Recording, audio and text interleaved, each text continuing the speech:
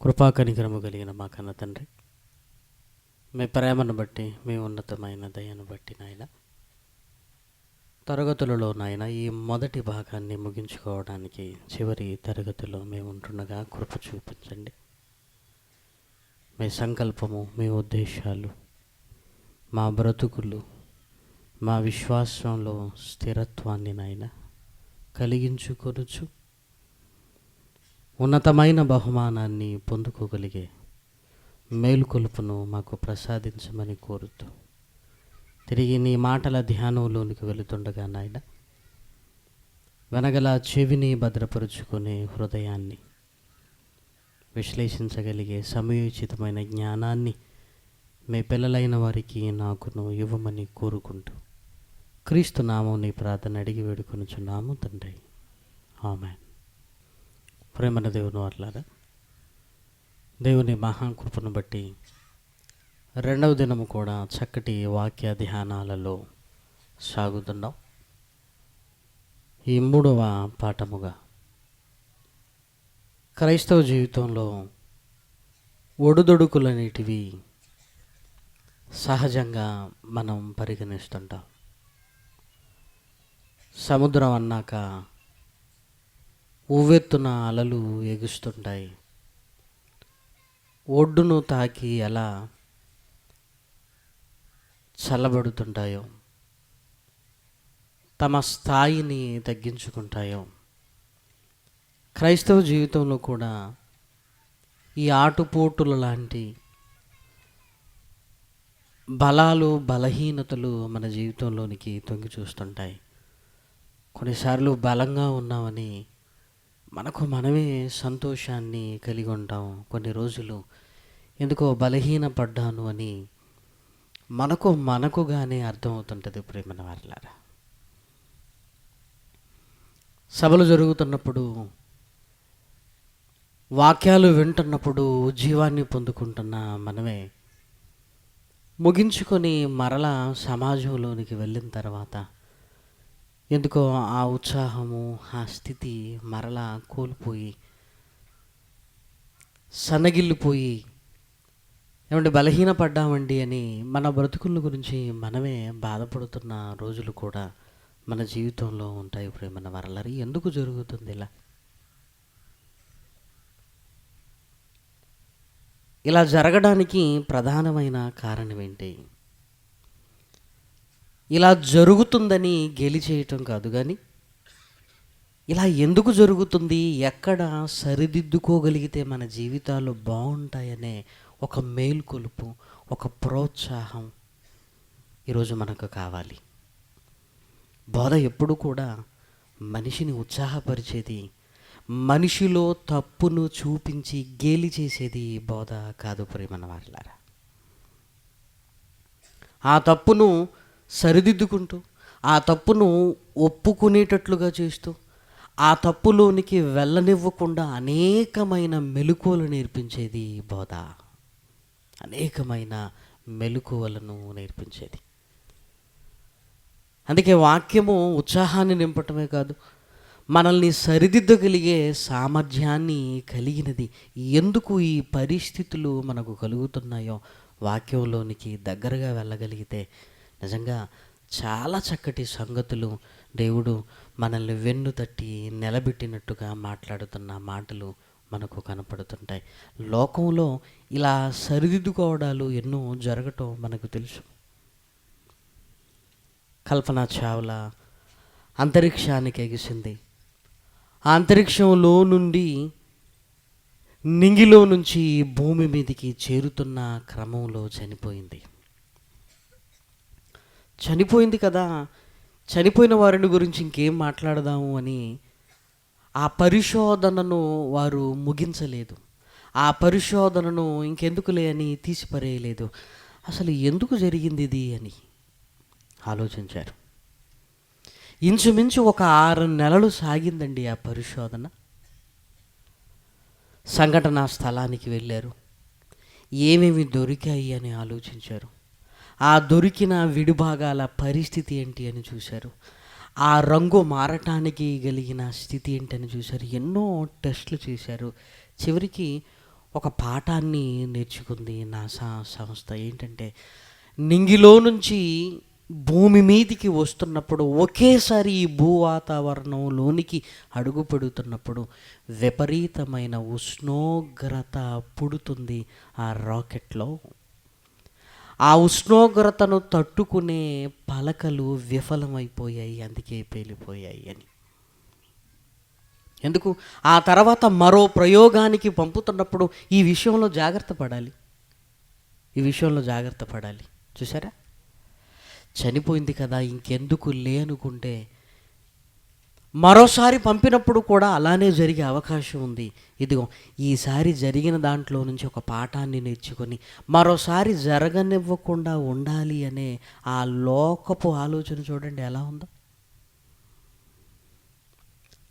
ఆస్ట్రేలియాకు సంబంధించిన విమానము అల్ఫోన్స్ పర్వతాలపై ఢీకొంది. వెంటనే గవర్నమెంటు విచారణకు ఆదేశించింది. ఆ విచారణకు ఆదేశించిన కమిటీ పర్వతం మీదికి పర్వతారోహకులను పంపించి ఆ బ్లాక్ బాక్స్ను తెప్పించుకొని అసలు ఎందుకు ఏం జరిగింది అని ఒక పరిశోధన, ఒక దర్యాప్తు, ఒక విచారణ చేపట్టారు. ఆ బ్లాక్ బాక్స్లో రికార్డ్ అయిన దానిని గమనించేసరికి పైలట్ ఉద్దేశపూర్వకంగా పర్వతాలను ఢీకొన్నట్లుగా వాళ్ళు గుర్తించారు. అదేంటి, పైలటే ఉద్దేశపూర్వకంగా ఎందుకు ఢీకొన్నాడు? ఆ పర్వతాలకు ఢీకొనడానికి ముందు ఇదిగో తనకేమీ పట్టనట్టుగా, తన ఒక పైలట్ కానట్టు, ఇదిగో తనే దాని దిశను మార్చినట్లుగా దర్యాప్తులో తేలినప్పుడు అసలు ఏం జరిగింది, అతని మానసికమైన పరిస్థితి ఏంటి అని, అతడు ఎక్కడుంటున్నాడు అని ఆ రూమ్లోనికి వెళ్ళి రూమ్ అంతా వెతికితే ఓ మందుల చీటీ దొరికింది. ఆ మందులు ఎవరు వాడుతారు, ఎవరిచ్చారు అని ఆ డాక్టర్ దగ్గరికి వెళ్ళినప్పుడు, అవును ఇతడు మానసికమైన రోగి, నా పేషెంట్ అన్నాడు డాక్టర్. అంటే ఒక విమానాన్ని మనకు ఎవరికి ఇచ్చేసాం మనం? ఒక మానసికమైన రోగికి చేసావా? అసలు పైలట్ ఎలాంటి ట్రీట్మెంట్ తీసుకుంటున్నారు, అసలు వాళ్ళ పరిస్థితి ఏంటి, అసలు పైలట్లకు ట్రీట్మెంట్ సాధారణమైన డాక్టర్లు ఎవరు చేయడానికి వీల్లేదు, ఒక చట్టం వచ్చేసింది. అసలు వాళ్ళ ఆరోగ్య పరిస్థితి, వారి మెంటల్ ఎబిలిటీ తెలుసుకోకుండా మనం ఎలా ఉండాలి? పడుతున్నప్పుడల్లా ఓ పాఠం నేర్చుకోగలిగితే పడిపోకుండా ఉండగలుగుతాం. ప్రియమైన వారలారా, పడతాంలే అనుకుంటున్నాం కానీ పడినప్పుడల్లా ఓ పాఠాన్ని నేర్చుకో. అలా సముద్రమును ఇసుక తిన్నెల మీదికి వెళ్ళిన తర్వాత మరలా ఎగుస్తూ ఇంకోటి ప్రారంభం అవుతుంది. ప్రియమైన వారలారా, మనం పడిపోతూ బాధపడటం నేర్చుకున్నాం కానీ పడిపోయినప్పుడల్లా ఓ పాఠాన్ని నేర్చుకోలేదేమో. ఏమంటే ఆ పాఠాలను నేర్చుకుంటే ఎక్కువ కాలం పడిపోయే స్థితి మన జీవితంలో ఉండదు. ప్రియమైన వారలారా, వాక్యము మనల్ని నిలబెట్టగలిగిన శక్తి సామర్థ్యాలని కలిగినది. ప్రియమైన వారలారా, ఎప్పుడు ఆ విషయంలో నా వల్ల కాదు అనే స్థితి మనకు రాకూడదు. ప్రియమైన వారలారా, లోకమే ఎన్నో పాఠాలు నేర్చుకుంటూ నిలబడుతున్నప్పుడు బైబిల్ గ్రంథంలో ఇన్ని మాటలు మనల్ని ఎందుకు నిలబెట్టలేవు? మరి ఎందుకు పడిపోతున్నావని ఒకవేళ అడుగుతారా?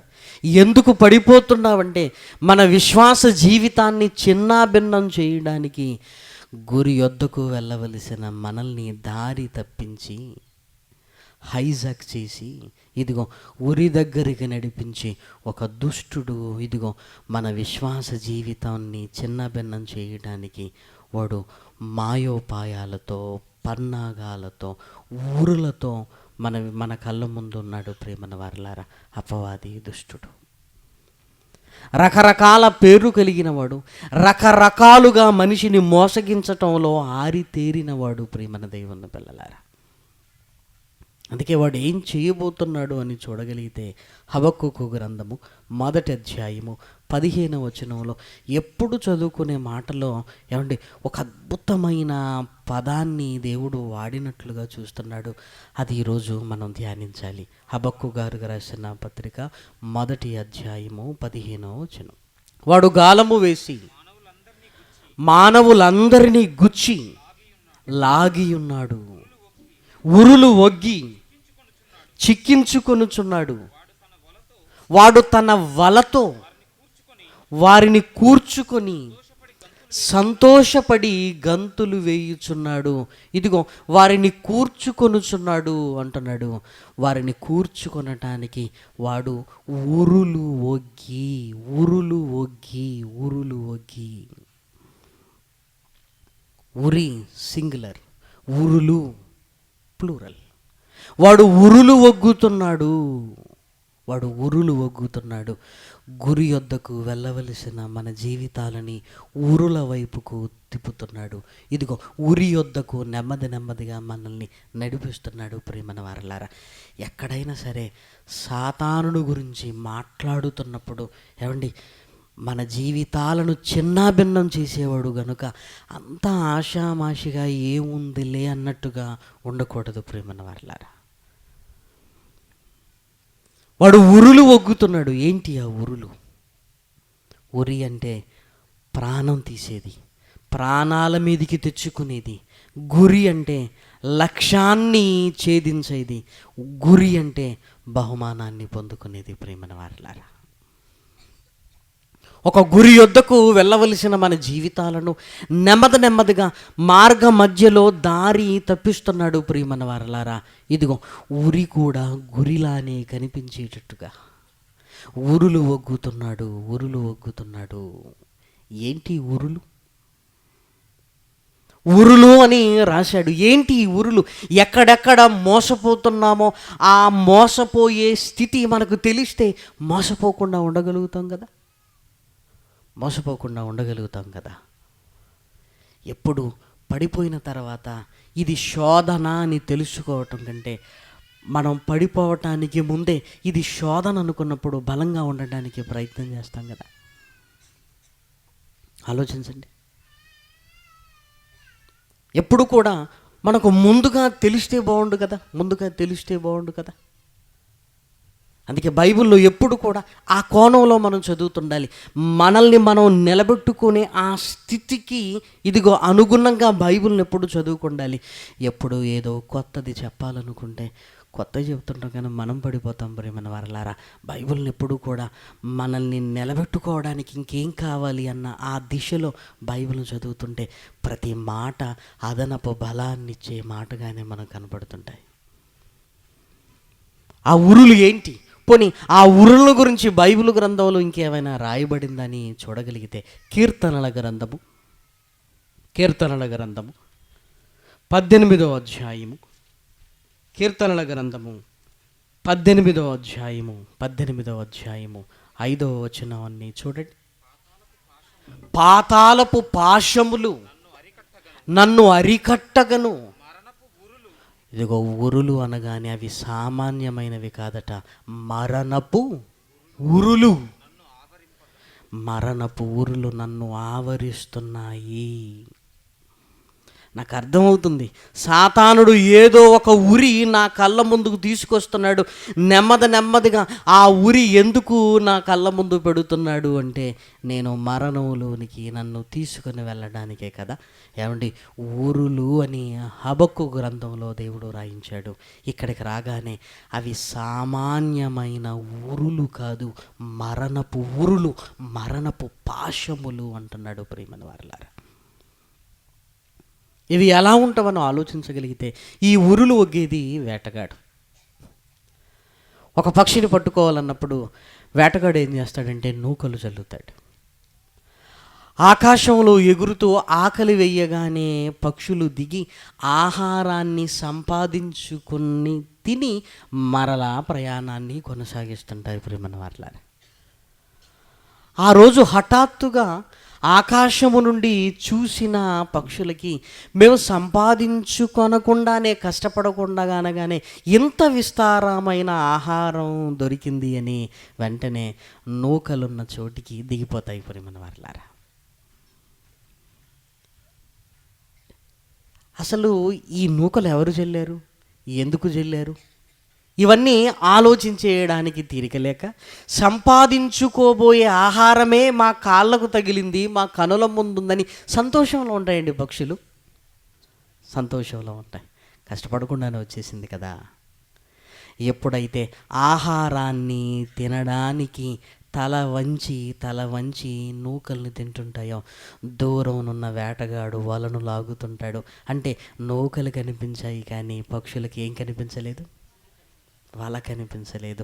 వల కనిపిస్తే నూకలు వద్దనుకుంటుంది ప్రియమైన వారలారా. అందుకే బైబిల్ గ్రంథంలో పక్షి చూచుచుండగా వల వేయుట అర్థము. మనకే ఇంత తెలివితేటలుంటే దుష్టుడికి ఎంత తెలివితేటలు ఉండాలి. పక్షి చూచుచుండగా వల వేయుట వ్యర్థము. అంటే వల ఉండాలి. అక్కడ వల ఉంది అన్న సంగతి ఎవరికి తెలియకూడదు? పక్షికి తెలియకూడదు.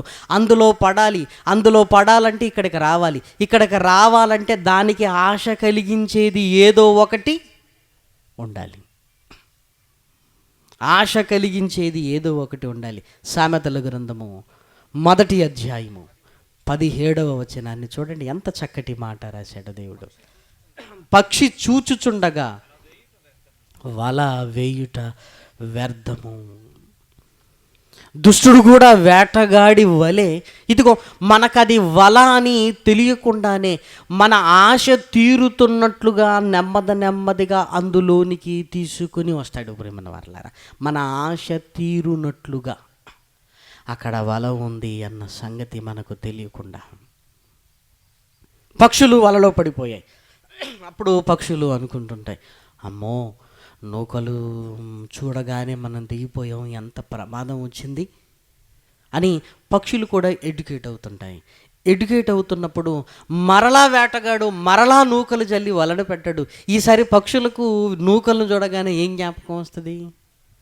వల జ్ఞాపకం వస్తుంది. అప్పుడు ఏం చేస్తాయంటే వల ఉందా లేదా అని చెక్ చేసుకుంటాయి. వల లేదు అంటే ప్రమాదం లేదు అనుకుని మరలా దిగుతాయి, తింటుంటాయి. ఈసారి ప్రమాదం వల రూపంలో లేదు. వేటగాడు బాణాన్ని పట్టుకొని చెట్టు చాటునుంటాడు. వల లేదు గనక మాకు ప్రాణాపాయం లేదు అనటానికి వీలు లేదు. ఎందుకంటే ఇప్పుడు వేటగాడు వల వేయలేదు. పక్షి నూకలు తినడానికి తల దించి కాన్సన్ట్రేషన్ వాటి మీద పెడుతుంటే, ఇదిగో బాణాన్ని తీసుకుని దాని గుండెల్లో గుచ్చడానికి చెట్టు చాటునున్నాడు. ఈసారి దిగేటప్పుడు చెట్టు చాటును కూడా ఎవరున్నారో చూసుకోవటం చాలా మంచిది. వల లేదు, చెట్టు చాటున నేరు, ప్రమాదం లేదు అనుకుంటుంది. మరలా ప్రమాదమే ఉంటుంది. ఈసారి తినే గింజల్లోనే మత్తుమంది కలిపేసాడు. తినగానే టప్పున పడిపోతాయి. అప్పుడు సింపుల్ అలా వచ్చి ఇలా బుట్లో వేసుకుంటాడు. దుష్టుడు కూడా ప్రియమైన వారలారా వదిలిపెట్టండి. వాడు ఇలా కాకపోతే అలా కాకపోతే ఇంకోలా కాకపోతే ఇంకోలా కాకపోతే ఇంకోలా వాడు వదిలిపెట్టాడండి. ఆమోసు గ్రంథంలో రాయబడిన మాట చూడగలిగితే ప్రియమైన వాడారా, వాడు ఉరిలి ఒగ్గి ఎలా ఉన్నాడో చూడండి. ఆమోసు గ్రంథము 3వ అధ్యాయము 5వ వచనం.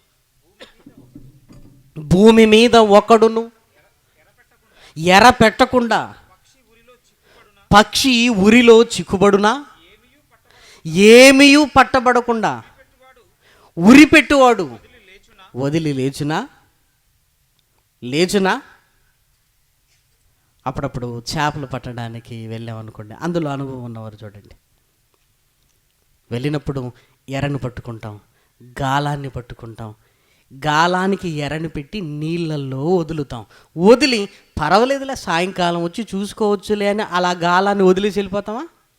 వదిలేయం. ఎందుకంటే ఒకవేళ నేను అలర్ట్గా లేకపోతే చేప వచ్చి ఎరను తినేస్తుంది. ఏమండి, చేప వచ్చి ఎరను తినటానికి మనం ఎరను పెట్టలేదు ప్రియమైన వారలారా.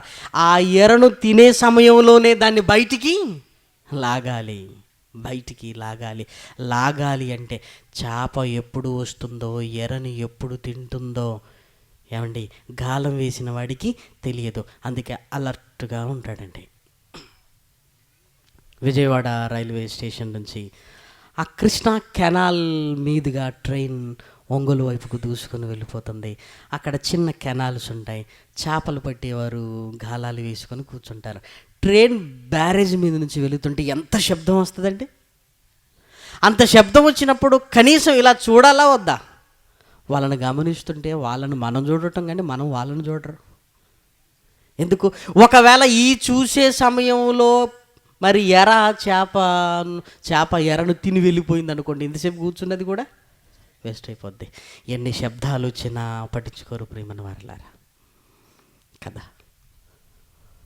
ఒకడు ఎర పెట్టకుండా పక్షి పడుతుందా?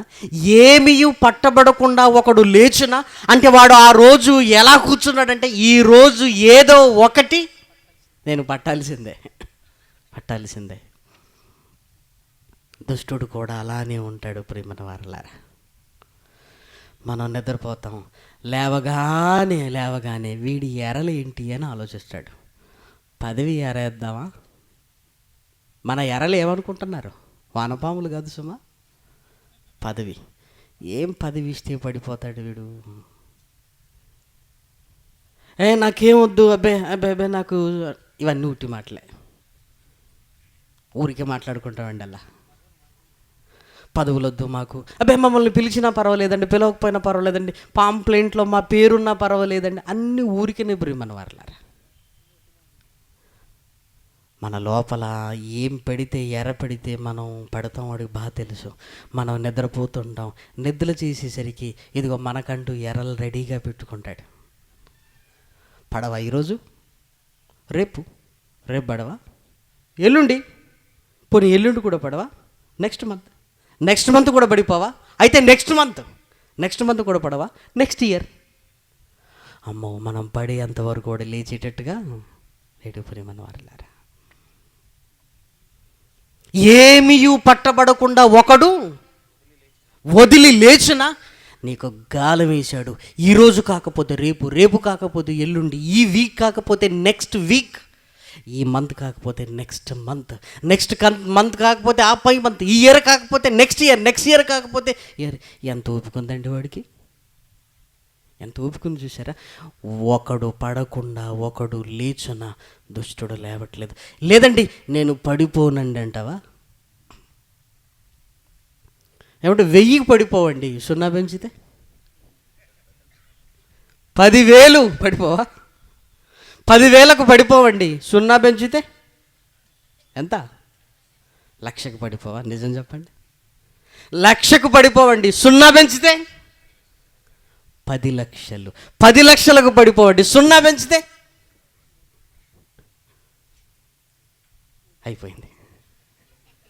అయిపోయిందండి మనది. మీరేం చెప్పినా చేస్తాం బ్రదర్ అంటాం, అంతే కదా. కాకపోతే ఏంటి చెప్పండి, బైబిల్లో లేని పదవులు ఈరోజు ఎందుకు పుట్టుకొచ్చాయండి క్రైస్తవ సమాజంలో? బైబిల్లో లేని పదవులు ఎందుకు పుట్టుకొచ్చాయి? అవి ఎరలు కాదా? బైబిల్లో లేని పదవులు ఈరోజు క్రైస్తవ సమాజంలో ఉన్నాయి. ఎందుకు వచ్చాయి ఇవన్నీ? ఎర వేయడం అండి. గాలం వేశాడు, ఆ గాలానికి పదవిని పెట్టాడు. మనం ఏమనుకుంటున్నాం? సేవ చేయాలంటే సమాజంలో గుర్తింపు ఉండాలా వద్దా బ్రదర్? నా కోసం కాదండి, ఏమంటే నా కోసం అన్నా దేవుడు సంతోషపడతాడేమో. మళ్ళీ ఎలా అంట, నా కోసం కదండి, సమాజంలో మనకంటూ గుర్తింపు ఉండాలా వద్దా? అందుకేనండి ఆ పదవి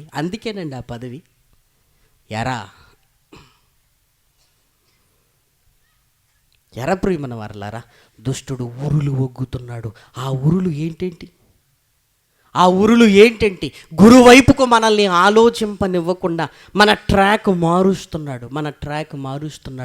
మనల్ని నెమ్మదిగా ఇదిగో తన దారిలోనికి తెచ్చుకోవడానికి ప్రయత్నము చేస్తున్నాడు. అవి మరణపు ఊరులు ప్రియమైన వారలారా. ఆ ఊరులేంటో బైబిల్ గ్రంథంలో ముందుగా తెలుసుకుంటే, ఆ పరిస్థితులు వచ్చినప్పుడు అమ్మో ఇది ఉరి, ఇవి మరణపు ఊరులు అని మన ఆత్మీయ జీవితంలో పడిపోకుండా ఉండగలిగే ఓ మంచి స్థితి మనకు వస్తుంది ప్రియమైన వారలారా. పడిపోకూడదు ప్రియమైన వారలారా. చిన్నప్పుడు నడక నేర్చుకున్నప్పుడు పడిపోయాం, నేర్చుకున్న తర్వాత ఎప్పుడు పడిపోలేదే.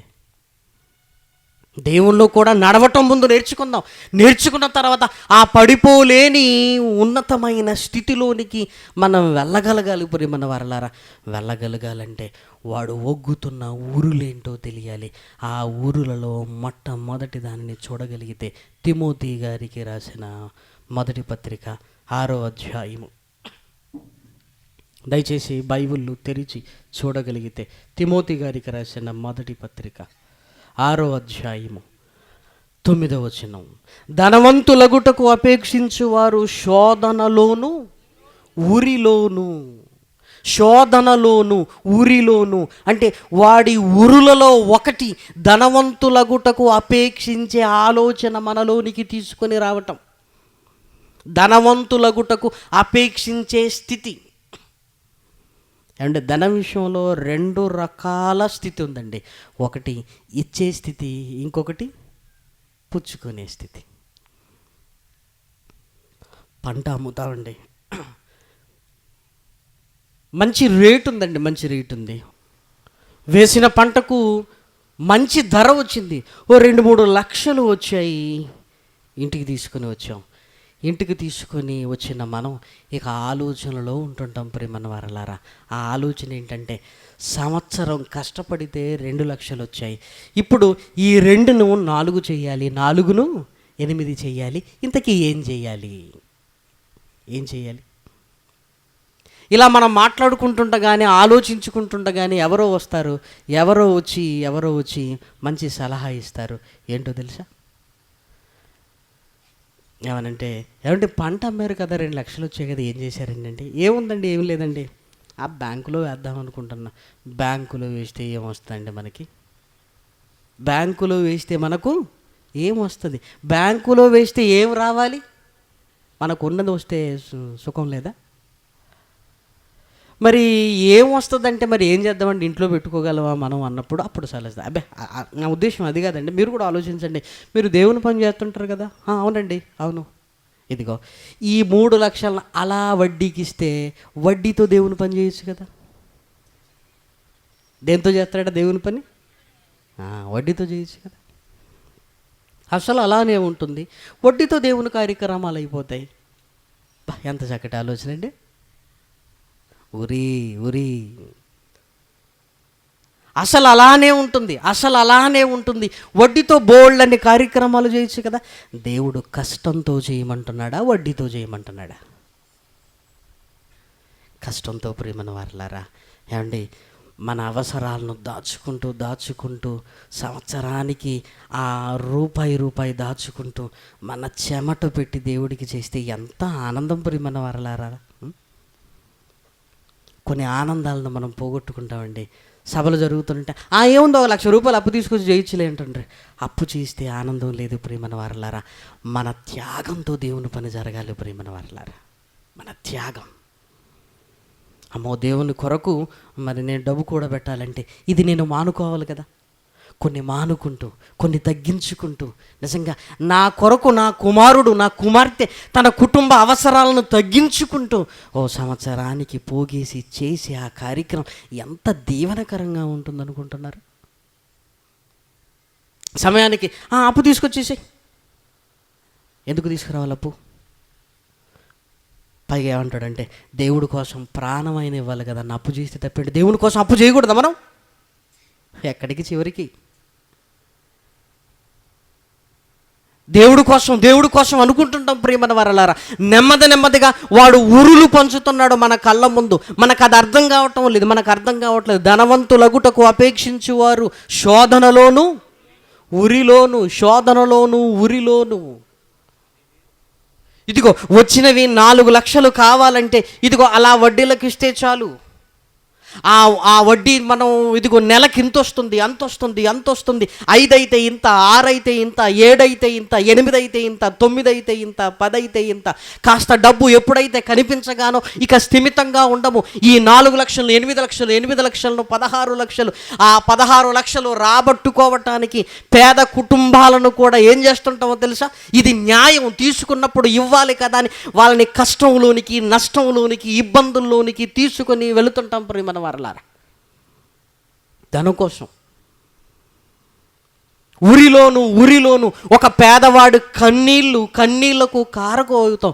దేవుడేమో చల్లగా చూస్తుంటే మనమేంటండి, ఇదిగో వాళ్ళని కష్టంలోనికి, నష్టంలోనికి, కన్నీళ్ళలోనికి తీసుకుని వెళుతుంటాం. వాడేమో గోజులాడుతున్నాడు, అయ్యా లేదయ్యా ఇస్తాను అంటే, ఇది కాదు, ఇల్లు జప్తు చేయి, ఆస్తి జప్తు చేయి, ఇదిగో కావలసినవన్నీ జప్తు చేస్తుంటాం. ఒక పేదవాళ్ళ కన్నీళ్లకు కారణం అవుతుంటాం.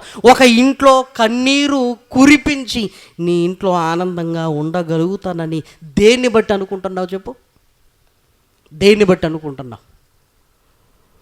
ఒక ఇంట్లో కన్నీరు కారుస్తున్నప్పుడు నీ ఇంట్లో ఆనంద బాష్పాలు రాలుతాయి అనుకోవటం అది చాలా పొరపాటు. ప్రియమైన వారలా రొద్దు.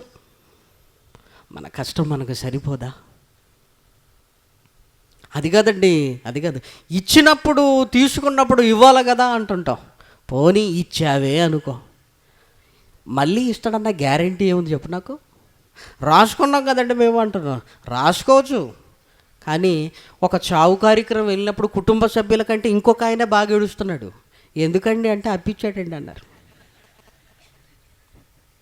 దేవుడేమో మీరు ఇంతలో కనబడు అంతలో మాయమైపోవు ఆవిరి లాంటి వాడికి ఎందుకు ఇస్తావు చెప్పు నువ్వు? నాకు అర్థం కాదు. ఇంతలో కనబడి అంతలో మాయమైపోతాడు. మాయమైపోయేవాడికి ఇచ్చి ఆ తర్వాత బాధపడాల్సింది.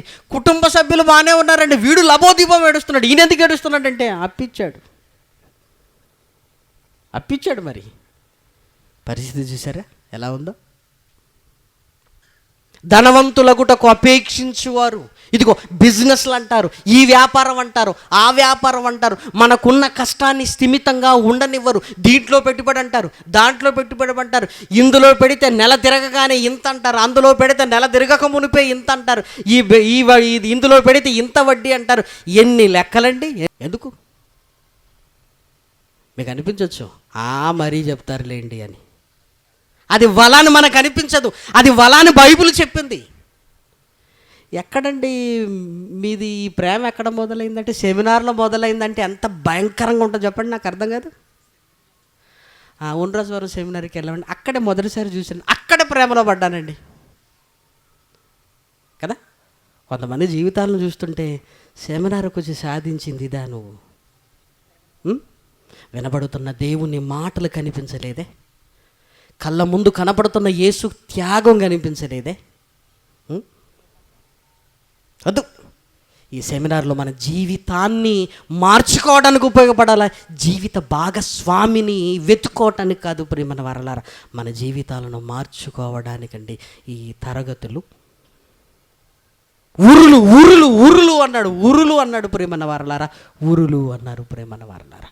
ఈరోజు చాలామంది కుటుంబాలలో కదా, చాలామంది భర్తే భార్యకు ఊరవుతుంటాడు, భార్య భర్తకు ఊరవుతుంటుంది ప్రియమైన వారలారా. స్త్రీలకే పురుషులు ఊరవుతుంటారు ప్రియమైన వారలారా. ఎలా? మోసం చేయడానికి.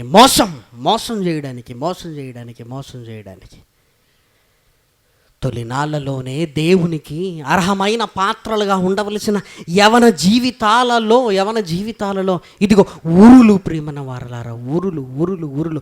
అది ఊరి అన్న సంగతి మనకు తెలియదు ప్రియమైన వారలారా. దావీదు గారికి కూడా సౌలు గారు వివాహం చేద్దాం అనుకున్నాడు తన కుమార్తెనిచ్చి. ఎందుకో తెలుసా? ఎందుకు? దావీదును చూస్తుంటే ఏనాటికైనా నన్ను మించిపోయేవాడుగానే కనపడుతున్నాడు. ఎందుకంటే దావీదు గారికి ఆ పాట మాత్రం బాగా గుర్తుందండి. ఏం పాట అది? దావీదుకు 10,000 కొలది, నాకు 1,000 కొలది. ఏమండి, ఆ పాటను జీర్ణించుకోలేకపోయాడు.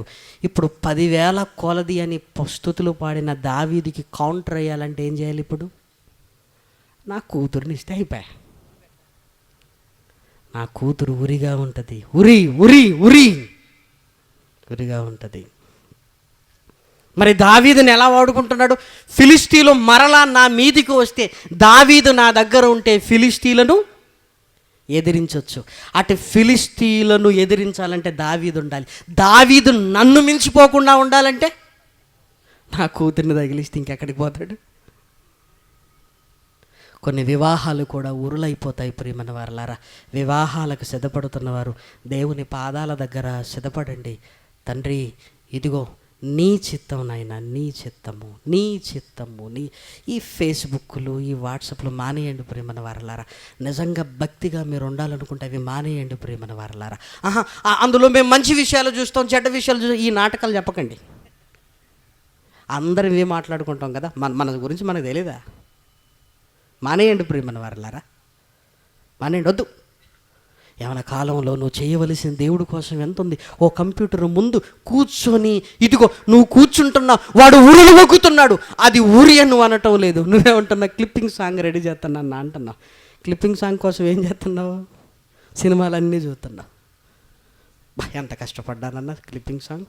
ఎన్ని సినిమాలు చూసావు తమ్ముడు? 100 సెంచరీ కొట్టేసావా?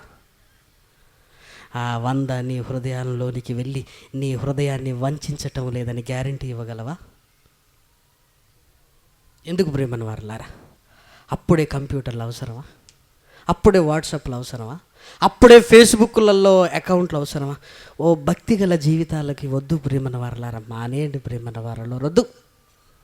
దానివల్ల మీరు చెడిపోయిన క్షణాలు ఎక్కువగా లేవని గుండె మీద చేసుకొని చెప్పండి. వద్దు. బయటికి మాట్లాడుకునే మాటలు వేరు, లోపల మనం మదన పడుతున్న విధానం వేరు. తెలీదా? మన మనస్సాక్షి క్షోభించటం లేదా మన పనులను బట్టి? అది ఉరులు అని, అది కంప్యూటర్ అనుకుంటున్నాం, అది ఉరి, అది ఉరి, అది ఊరి ప్రియమన దేవుని పిల్లలారా. అందుకే బఫరింగ్ అవుతున్నప్పుడు కూడా ఎలా తిరుగుతుంటుందో తెలుసా? ఇలా తిరుగుతుంటుంది, వచ్చేసావు రాను ఊరిలోనికి అన్నట్టుగా కదా. ఇలా గుండ్రగా తిరుగుతుంటుందండి. అంటే అప్పుడు అనుకోవాలి, ఈ గుండంలో ఉన్నదే నేను, నా చుట్టూ ఉరి, సుడిగుండంలోకి దూరిపోతున్నట్టుగా ఉంటుంది కదా. వద్దు. యవన కాలంలో ఉన్న పిల్లలు మనల్ని మనం నిలబెట్టుకునే స్థితి ఇంకా భక్తిలో ఎదిగినప్పుడు వస్తుందేమో, ఇప్పుడు రాదు ప్రేమన వారలారా.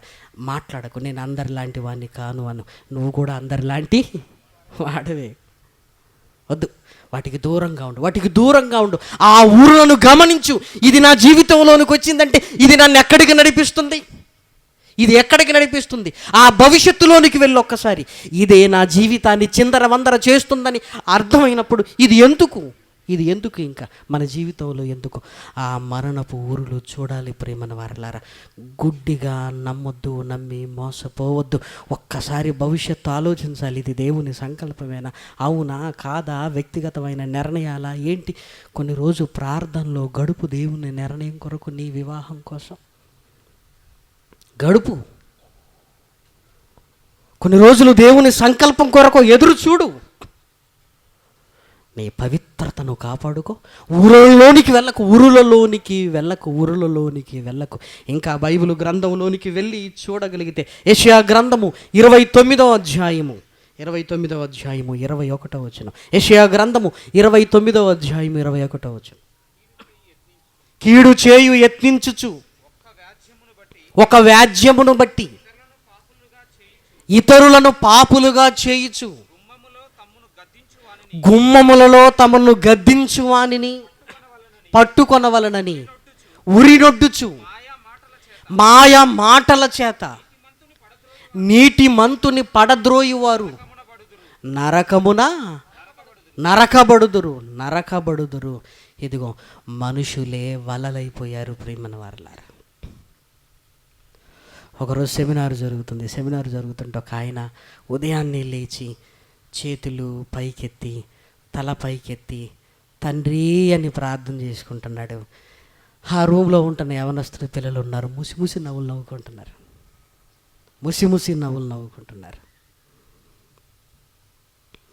నవ్వులు. ఎందుకు నవ్వు వస్తుంది? మనకు వాక్యం చదివే వాళ్ళని చూస్తే నవ్వు, ప్రార్థన చేసుకునే వాళ్ళని చూస్తే నవ్వవలసినంత ఏమీ లేదే అక్కడ. ఇలా ఆ నవ్వులు ఎక్కువైపోయేసరికి ఆయనకి ఎందుకో డౌట్ వచ్చింది. ప్రార్థన ముగించుకుని, ఏంటి బ్రదర్ అన్నప్పుడు ఏదో తప్పు చేసినట్టుగా, రా కూర్చో, ఏంటిది, పని చేయాలా ప్రార్థన చేయాలా? ఇప్పుడు టాపిక్ రాసుకో.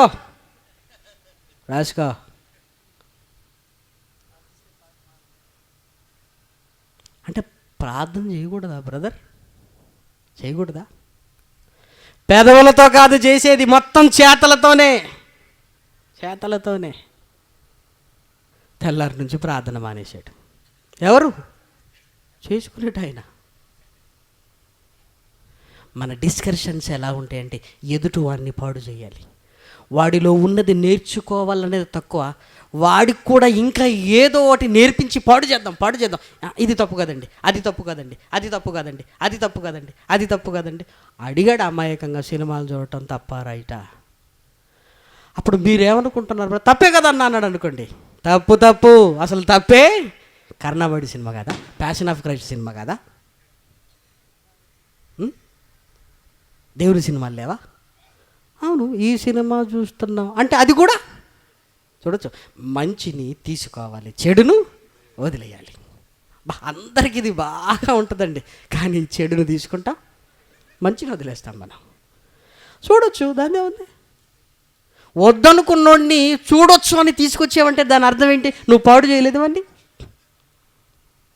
వద్దు, అది మంచిది కాదనుకున్నాడు. పాపము చేసే అవకాశం ఉంది అన్నప్పుడు ప్రియమైన వారలారా, ఆమెను దూరంలో ఉండటం మంచిదండి. పాడు చేస్తుంటారండి మన డిస్కషన్లన్నీ, ఒకటి భక్తిని పాడు చేయడానికి ప్రియమైన వారలారా. అంటే వాడి పాలిటి ఉరులు ఒగ్గుతున్నది ఎవరు? మనమే. దుష్టుడు నెమ్మదిగా మనలోనికి వచ్చాడు. ఇదిగో వాడికి వలే, ఆల్రెడీ నువ్వు నా వలలో ఉన్నావు కదా, వాడికి నువ్వు వలే. పాడు చేస్తుంటాం ప్రియమైన వారలారా. ఎప్పుడు ఒకరిని ప్రోత్సహించాలి.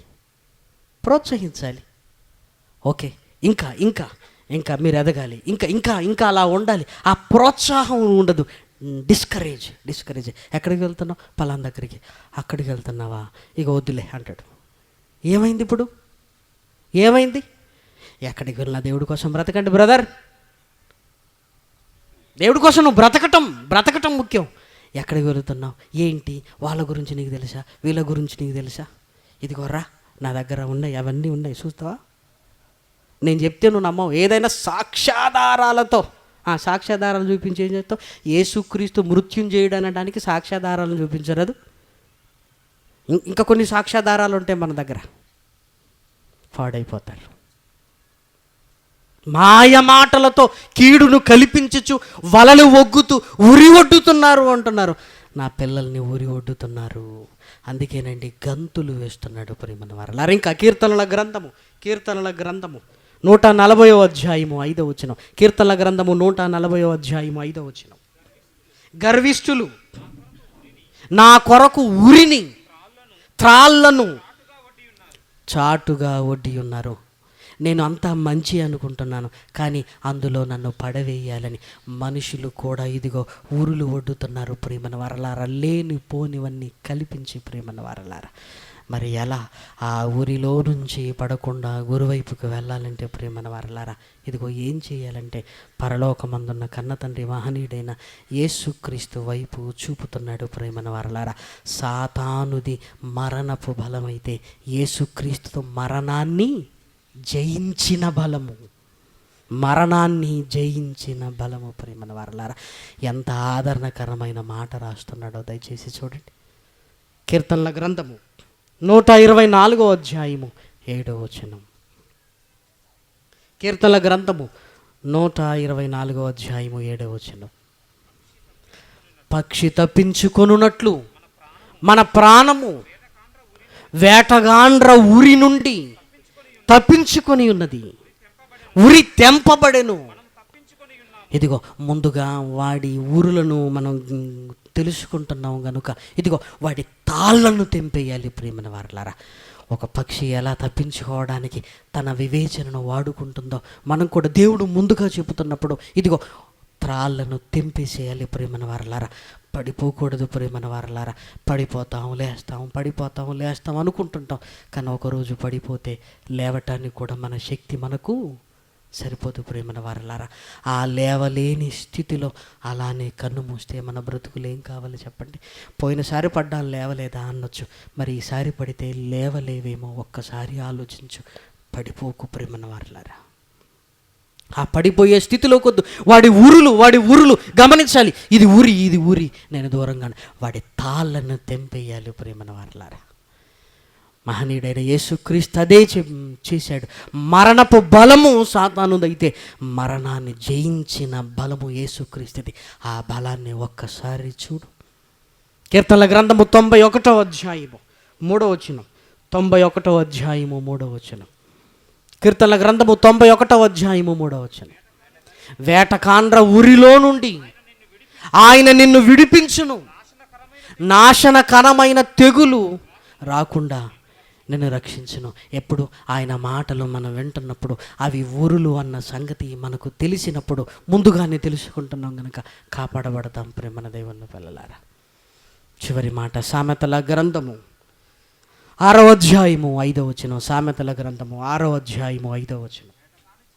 వేటగాని చేతి నుండి లేడి తప్పించుకొనున్నట్లును, ఎరుకువాని చేతి నుండి పక్షి తప్పించుకొనున్నట్లు తప్పించుకొనుము, తప్పించుకొనుము, తప్పించుకొనుము. ఇదిగో వాడి ఊరులు నీ కళ్ళ ముందు కనపడుతున్నప్పుడు ముందే ఆలోచించు, ముందే ఆలోచించు. ఆకాశం మబ్బు పడింది, వర్షం పడుతుందని ముందే గెస్ చేసావు కదా, ముందే గెస్ చేసావు కదా. వర్షం పడుతుందండి అంటాం, పడుతుంది. ఎలా తెలుసు అంటే సూచన కనిపించిందండి. నీ బ్రతుకు కూడా ఆ సూచనను ముందుగా ఆలోచించు. అమ్మో ఇది స్టార్ట్ అయింది, ఇది ఎక్కడి వరకు నన్ను తీసుకుని వెళుతుందో ఆ భవిష్యత్తును ఆలోచించు. ఒక్కసారి ఆ భవిష్యత్తు దూరం ఆలోచించు. ఆ భవిష్యత్తును ఆలోచించగలిగితే ప్రేమన వారలారా మన జీవితాలను ఇదిగో చక్కగా దేవుని కొరకు మళ్ళించుకోగలం. మనకు ఒక గురి ఉంది, ఆ గురి పరలోకం. అక్కడికి వెళ్ళాలి ప్రేమన వారలారా. మరణాన్ని ఇదిగో గెలిచి వెళ్ళాలి ప్రేమన వారలారా.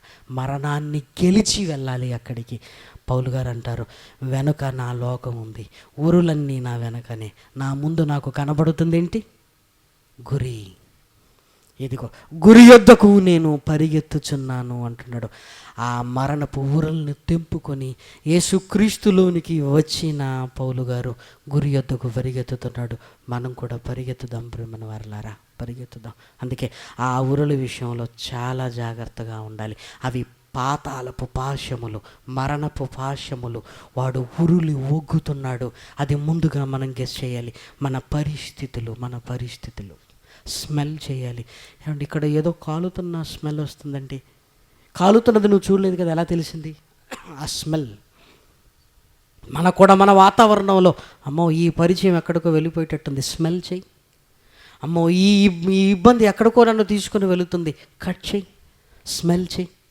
ప్రతిదాన్ని కాస్త ముందుగా ఆలోచిస్తున్నప్పుడు నీ ఆత్మీయ జీవితంలో ఏం కాదులని ఎందుకు అనుకుంటున్నావు? ఏది కాకూడదన్నట్టుగానే ప్రారంభం అవుతుంది, చివరికి ఏదో జరిగిపోతుంది ప్రేమన వారలారా. అలా మన జీవితాలు కాకూడదు. దుష్టుడి వాడి ఉరితాళ్ళను తెంపేయాలి ప్రేమన వారలారా. అందుకే ఆ మరణపు ఊరుల నుంచి తప్పించుకుంటూ మన ఆత్మీయ జీవితాలు చాలా బలంగా మహనీయుడైన యేసు క్రీస్తు వలె ఉండాలని మిమ్మల్ని అందరినీ కోరుకుంటూ నేను ముగిస్తున్నానండి. ప్రార్థన చేసుకుందాం. దయగలిగిన మా కన్న తండ్రి, మీకు వందనములు నాయన. మరణమా ముల్లెక్కడా అని అడిగారు నాయన. మరణం మీ ముందు నిలబడదు నాయన. దుష్టుడిది మరణపు బలమైతే మరణాన్ని గెలిపించిన నాయన నీ కుమారుడి బలాన్ని నాయన మిమ్మల్ని చూడగలుగుతున్నావు నాయన.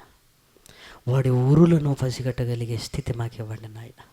పడిపోయి అయ్యో మేము పడిపోయామన్న బాధ కంటే నాయన మేము పడిపోతామేమో అన్న ఆలోచనతో చాలా మా జీవితాలలో సరిదిద్దుకునే స్థితిని ఇవ్వమని మిమ్మల్ని కోరుకుంటూ ఈ తరగతులు నాయన ఎంతో ఉపయోగకరంగా మా జీవితాలకు మలిచినాయన ఘనత మహిమ ప్రభావంలో పొందుకొనమని కోరుతూ ఇంకనూ జరగనంటున్న సాయంకాలపు సభలో కూడా నీ కృపను చూపించమని, నిర్వాహకులకు తోడుగా ఉండమని మిమ్మల్ని కోరుకుంటూ కూడి వచ్చిన మీ పిల్లలందరినీ నాయన కృపతో జ్ఞాపకం చేసుకున్నామని మిమ్మల్ని అర్థిస్తూ క్రీస్తు నామమున ప్రార్థన అడిగి వేడుకొనుచున్నాము తండ్రి. ఆమేన్.